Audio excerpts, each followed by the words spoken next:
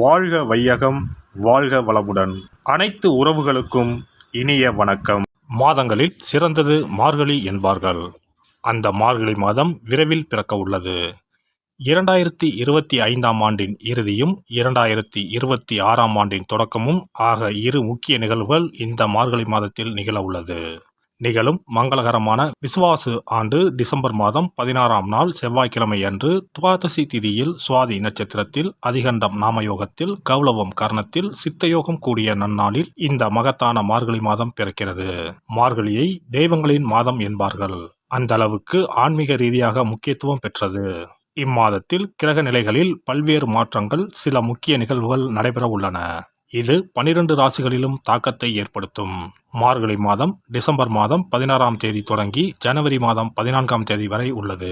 இம்மாத கிரகநிலை என எடுத்துக்கொண்டால் குரு பகவான் மிதுன ராசியில் வக்ரகதியில் உள்ளார். கேது பகவான் சிம்ம ராசியில் உள்ளார். புதன் மற்றும் சுக்கிர பகவான் விருச்சிக ராசியிலும், சூரியன் மற்றும் செவ்வாய் பகவான் தனுசு ராசியிலும் உள்ளார்கள். சனி மற்றும் ராகு பகவான் கும்பராசியில் உள்ளனர். இம்மாத கிரக பயிற்சி என எடுத்துக்கொண்டால் 21/12/2025 குரு பகவான் வக்ர நிலையில் புனர்பூசம் 4ஆம் பாதத்தில் இருந்து புனர்பூசம் 3ஆம் பாதத்திற்கு பயிற்சியாக உள்ளார். 22/12/2025 சுக்கிர பகவான் விருச்சிக ராசியில் இருந்து தனுசு ராசிக்கு பயிற்சியாக உள்ளார். அதேபோல 25/12/2025 புதன் பகவான் விருச்சிக ராசியில் இருந்து தனுசு ராசிக்கு பயிற்சியாக உள்ளார். மேலும் 11/1/2026 புதன் பகவான் தனுசு ராசியில் இருந்து மகர ராசிக்கும், செவ்வாய் பகவான் 14/1/2026 தனுசு ராசியில் இருந்து மகர ராசிக்கும் பயிற்சியாக உள்ளார். இம்மாத சிறப்புகள் என எடுத்துக்கொண்டால் டிசம்பர் மாதம் 19ஆம் தேதி அனுமன் ஜெயந்தி, டிசம்பர் மாதம் 30ஆம் தேதி வைகுண்ட ஏகாதசி, ஜனவரி 3ஆம் தேதி ஆருத்ரா பௌர்ணமி, ஜனவரி 14ஆம் தேதி போகி பண்டிகை ஆகிய நிகழ்வுகள் உள்ளன. பொதுவாகவே மார்கழி மாதம் முழுவதுமே விசேஷம்தான். இந்த வருடம் வரும் மார்கழி கூடுதல் முக்கியத்துவம் பெறுகிறது. பிறக்கப் போகும் இந்த மார்கழி மாதத்தில் உங்கள் வாழ்வில் வளமும் நலமும் செல்வ செழிப்பும் பெற்று வாழ்வில் உயரிய நிலையை அடைய எல்லாம் வல்ல எம்பெருமானை வேண்டி விரும்பி கேட்டுக்கொள்கிறேன். மகர ராசி அன்பர்களே, மார்கழி மாத கிரக நிலைகளை ஆராய்ந்து பார்க்கும் பொழுது ராசிநாதன் சனி பகவான் தனஸ்தானத்தில் வலிமை பெற்று சஞ்சரிக்கிறார். எனவே தனவரவு தாராளமாக வந்து கொண்டே இருக்கும். தொழில் வெற்றி நடை போடும். துணையாக இருப்பவர்கள் தோள் கொடுத்து உதவுவார்கள். உச்சம் பெற்ற குருவின் பார்வை மாத தொடக்கத்தில் அமைவதால் கல்யாண கனவுகள் நனவாகும். காரிய வெற்றியும், பொது வாழ்வில் ஈடுபட்டு இருப்பவர்களுக்கு புதிய பொறுப்புகளும் கிடைக்கலாம். குரு பகவான் மிதுன ராசிக்கு சென்ற பிறகு கொஞ்சம் கூடுதல் கவனத்தோடு செயல்பட வேண்டும். உத்தியோக மாற்றம், ஊர் மாற்றம் ஏற்பட வாய்ப்புகள் உண்டு. மார்கழி மாதம் 6ஆம் தேதி மிதுன ராசிக்கு குரு பகவான் செல்கிறார். உங்கள் ராசிக்கு 6ஆம் இடத்திற்கு வரும் குருவால் சில நல்ல மாற்றங்களும் வந்து சேரும். உங்கள் ராசியை பொறுத்தவரை 3, 12 ஆகிய இடங்களுக்கு அதிபதியானவர் குரு பகவான். அவர் வக்ரம் பெறுவது நன்மைதான். நல்ல சந்தர்ப்பங்கள் இல்லம் தேடி வரும். தொழில் மற்றும் உத்தியோகத்தில் கணிசமான தொகை கைகளில் புரளும். உடன் பிறப்புகளின் உதவி கிடைத்து மகிழ்வீர்கள். உத்தியோகத்தில் ஊதிய உயர்வு மட்டுமல்லாமல் பதவி உயர்வும் ஒரு சிலருக்கு வரலாம். கடன் சுமை படிப்படியாக குறையும். குருவின் பார்வை தொழில் ஸ்தானத்தில் பதிவதால் தொழில் வளர்ச்சி சிறப்பாக இருக்கும். துணிவும் தன்னம்பிக்கையும் கூடும். வெளிநாட்டு நிறுவனங்களில் இருந்து அழைப்புகள் வரலாம். பணப்பற்றாக்குறை அகலும். புகழ்பெற்ற ஆலயங்களுக்கு சென்று வழிபட்டு வர வேண்டும் என்ற எண்ணம் பூர்த்தியாகும். புதிய வாகனம் வாங்கி பயணிக்க எடுத்த முயற்சி கைகூடும். பொது வாழ்வில் இருப்பவர்களுக்கு மேலிடத்தில் நல்ல பெயர் கிடைக்கும். அதன் விளைவாக புதிய பொறுப்புகள் வந்து சேரும். மார்கழி 7ஆம் தேதி தனுசு ராசிக்கு சுக்கிர பகவான் செல்கிறார். உங்கள் ராசிக்கு 5 மற்றும் 10 ஆகிய இடங்களுக்கு அதிபதியானவர் சுக்கிர பகவான். அவர் விரயஸ்தானத்திற்கு வரும் பொழுது விரயங்கள் கொஞ்சம் கூடுதலாகவே இருக்கும். வீடு மாற்றம், இடமாற்றம் ஏற்படும். மாற்றினத்தவர்களின் ஒத்துழைப்பால் புதிய முயற்சிகளில் வெற்றி கிடைக்கும். கூட்டாளிகள் ஒரு சிலர் விலகினாலும் புதியவர்கள் வந்திணைவர். நீண்ட தூர பயணங்கள் பலன் தருவதாக அமையும். உத்தியோகத்தில் இலாக்கா மாற்றங்கள் எதிர்பாராத விதத்தில் வரலாம். வளர்ச்சியும் தளர்ச்சியும் மாறி மாறி வரும் நேரம் இதுவாகும். மார்கழி 10ஆம் தேதி தனுசு ராசிக்கு புதன் பகவான் செல்கிறார். உங்கள் ராசிக்கு 6 மற்றும் 9 ஆகிய இடங்களுக்கு அதிபதியானவர் புதன் பகவான். 6க்கு அதிபதி 12ஆம் இடத்திற்கு வரும் நேரம் நல்ல நேரமாகும். இதனால் விபரீத ராஜயோகம் ஏற்படும். எனவே எதிர்பாராத நல்ல திருப்பங்கள் ஏற்படும். இல்லத்தில் நீண்ட நாட்களாக நடைபெறாத சில காரியங்கள் இப்பொழுது துரிதமாக நடைபெறும். வியாபாரத்தில் வாடிக்கையாளர்களின் எண்ணிக்கை அதிகரிக்கும். அதிரடி சலுகைகளை அறிவித்து லாபத்தை குவிப்பீர்கள். மார்கழி 27ஆம் தேதி மகர ராசிக்கு புதன் பகவான் செல்கிறார். உங்கள் ராசிக்கு பாக்கியஸ்தானத்திற்கு அதிபதியான புதன் உங்கள் ராசியிலேயே சஞ்சரிக்கும் இந்த நேரத்தில் அனைத்து முயற்சிகளிலும் வெற்றி கிடைக்கும். பூர்வீக சொத்துக்களின் பாகப்பிரிவினை சம்பந்தமாக எடுத்த முயற்சி பலன் தரும். புதிய தொழில் தொடங்கும் திட்டங்களை நிறைவேற்றுவதில் அக்கறை காட்டுவீர்கள். பங்காளி பகை மாறும். மார்கழி 30ஆம் தேதி மகர ராசிக்கு செல்லும் செவ்வாய் பகவான் அங்கு உச்சம் பெறுகிறார். உங்கள் ராசிக்கு 4 மற்றும் 11 ஆகிய இடங்களுக்கு அதிபதியானவர் செவ்வாய் பகவான். அவர் உச்சம் பெறும் பொழுது பொருளாதாரத்தில் நிறைவு ஏற்படும். கிளை தொழில் தொடங்கும் வாய்ப்பு ஒரு சிலருக்கு உண்டு. வீடு வாங்குவது அல்லது வீடு கட்டுவது பற்றிய சிந்தனை அதிகரிக்கும்.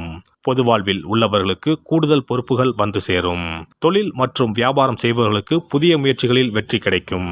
உத்தியோகத்தில் உள்ளவர்களுக்கு இலாக்கா மாற்றம் வரலாம். கலைஞர்களுக்கு புகழ் கூடும். மாணவ மாணவிகள் படிப்பில் அக்கறை செலுத்துவது நல்லது. பெண்களுக்கு பொருளாதார பற்றாக்குறை அகலும். சுப செய்திகள் வந்து சேரும். இம்மாதம் அனுமன் வழிபாடு ஆனந்தம் வழங்கும். பண தேவையை பூர்த்தி செய்யும் நாட்கள் டிசம்பர் 18, 19, 26, 27, 29, 30. ஜனவரி 9, 10, 11, 14. மகிழ்ச்சி தரும் வண்ணம் பிரவுன். சிறப்பு தொகுப்பு. வெற்றிகள் குவிய விஷ்ணு வழிபாடு. ரொக்கத்திற்கு முக்கியத்துவம் கொடுக்கும் நாம் சொர்க்கத்திற்கும் முக்கியத்துவம் கொடுக்கும் விழாவை கொண்டாட வேண்டும். அந்த விழா இந்த மார்கழி மாதம் வருகிறது. திருப்பதி, திருவரங்கம் உள்ளிட்ட விஷ்ணு ஆலயத்தில் நுழைய லட்சக்கணக்கான மக்கள் காத்திருப்பார்கள். அதேபோல திருக்கோஷ்டியூர், உப்பிலியப்பன் கோவில், திருமோகூர் போன்ற உலகத்தில் உள்ள சகல விஷ்ணு ஆலயங்களிலும் ஏகாதசி விழா உற்சவம் சீரும் சிறப்புமாக நடைபெறும். இந்த கண்கொள்ளா காட்சியை கண்டு மகிழ்ந்தால் பொன்னும் பொருளும் போற்றுகின்ற செல்வாக்கு இன்னும் உயரும். மாதங்களில் புனிதமானதாகவும் தேவர்கள் துயில் எழும் மாதமாகவும் கருதப்படும் மார்கழி மாதத்தில் நாம் விஷ்ணுவை வழங்கினால் விருப்பங்கள் அனைத்தும் நிறைவேறும். அதனால்தான் மாதங்களில் நான் மார்கழி என்று கண்ணன் சொல்லியதாக சொல்வார்கள். இம்மாதம் 15ஆம் தேதி அதாவது 30/12/2025 செவ்வாய்க்கிழமை வைகுண்ட ஏகாதசி வருகிறது. அங்கனம் வைகுண்ட ஏகாதசி வரும்பொழுது சொர்க்க வாசலை திறப்பார்கள். ஆண்டு முழுவதும் அடைத்திருக்கும் கதவு அன்று மட்டும்தான் திறந்து வைக்கப்படும். அந்த சொர்க்க வாசலின் வழியாக நாம் நுழைந்து வந்தால் சிக்கல்கள் தீரும், செல்வ வளம் பெருகும். ஏகாதசி அன்று இல்லத்து பூஜை அறையில் விஷ்ணு லட்சுமி படம் வைத்து வழிபட வேண்டும். அவள் வெல்லம் கலந்து நைவேத்தியம் வைத்து சாப்பிடலாம். முழு விரதம் இருக்க முடியாதவர்கள் மதியமும் இரவும் பலகாரம் செய்து சாப்பிடலாம். அன்று இரவு முழுவதும் கண் விழித்திருக்கும் பொழுது இறை தியானத்தையே மேற்கொள்ள வேண்டும். மறுநாள் அதிகாலையில் சூரியன் உதிக்கும் முன்னதாக நீராடி பச்சரிசி சோறு, அகத்திக்கீரை, நெல்லிக்காய், கருணைக்கிழங்கு, புளிக்குழம்பு சாப்பிடுவது நல்லது. அகத்திக்கீரையும் நெல்லிக்காயும் உணவில் சேர்த்துக் கொள்வது அவசியமாகும். இந்த மார்கழி மாதத்தில் கன்னி பெண்கள் அதிகாலையில் எழுந்து நீராடி வீட்டின் முன்பக்கத்தில் கோலமிட்டு அதன் மத்தியில் மஞ்ச வண்ண பூ வைத்தால் மங்களம் உண்டாகும். பரங்கி பூவை வைத்து அழகுபடுத்துவது கண்கொள்ளா காட்சியாகும். கிருமி நாசினியாக சாணத்தின் மீது அதை பதித்து வைத்திருப்பர். மங்களம் நடைபெறுவதற்காக மஞ்சள் வண்ண பூவை வீட்டு கோல மத்தியில் வைப்பது வழக்கம். குனிந்து அமர்ந்து நிமிர்ந்து கோலம் போடும் பொழுது விரல்களுக்கு மகிழ்ச்சி கிடைக்கிறது. சிறந்த யோகாபியாசம் ஏற்படுவதாக கூறுவார்கள். இந்த வழிபாட்டின் மூலம் மனநலமும் உடல் நலமும் சீராகிறது. பிரம்ம முகூர்த்தத்தில் எழுந்து ஓசோன் என்ற காற்று மண்டலத்தில் உள்ள காற்று நம் மீது பதிவதால் ஆரோக்கியம் மேம்படுகிறது. திருப்பாவை, திருவெம்பாவை பாடி வழிபாட்டை மேற்கொண்டால் திருமணம் கைகூடும். அதிகாலையில் இறை நாமத்தை உச்சரிப்பதன் மூலம் அனைத்து நலன்களும் கிடைக்கும். இப்படிப்பட்ட சிறப்பு வாய்ந்த மார்கழி மாதத்தில் ஏகாதசி விரதத்தை இனிதே கடைபிடித்து பார்க்கடலில் துயிலும் பரந்தாமனை வழிபட்டால் வாழ்க்கை வளமாகும், வளர்ச்சியும் பெருகும், வருங்காலம் நலமாகும், வருமானம் திருப்தி தரும்.